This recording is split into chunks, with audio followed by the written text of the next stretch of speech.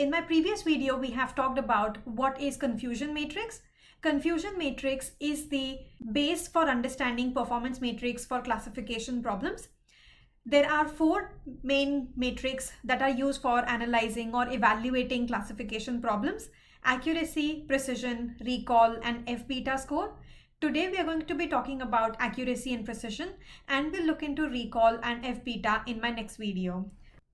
This is our confusion matrix, and the formula for accuracy is TP plus TN upon TP plus TN plus FP plus FN. So TP is true positive and true negative. So the sum of true positive and true negative, and we divide it by the sum of all these values.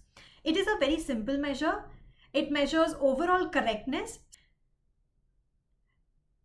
It is a good measure to evaluate classification problems when the classes are balanced. So this should only be used when you have balanced classes and should not be used when you have imbalanced data. In simple terms, it is the percentage of correct predictions. So if you look at the formula here, these are total number of correct predictions and these are the total number of predictions that are made. So it's essentially a percentage of the correct predictions. If your model gets 90 out of 100 predictions right, then we say that we have got 90% accuracy. But as I said, if we are having imbalanced data, then accuracy could be misleading. And when we have imbalanced data, then we use precision, recall, or F-beta score. So precision can be defined as true positive divided by the sum of true positive and false positive.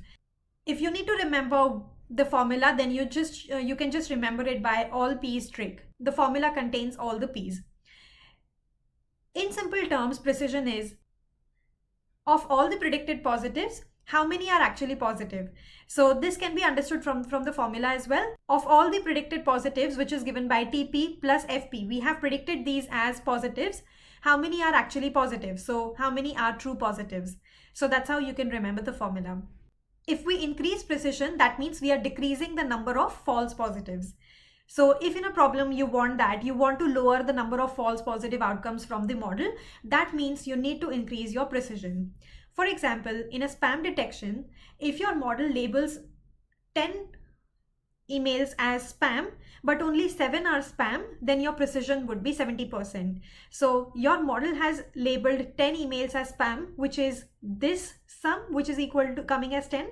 And out of them, only 7 are spam, which means only the true positive count is 7. So 7 divided by 10 multiplied by 100 to get the percentage, we get 70%. That's how the precision is being calculated here. Tune into my next video to understand about what is recall and F-beta score.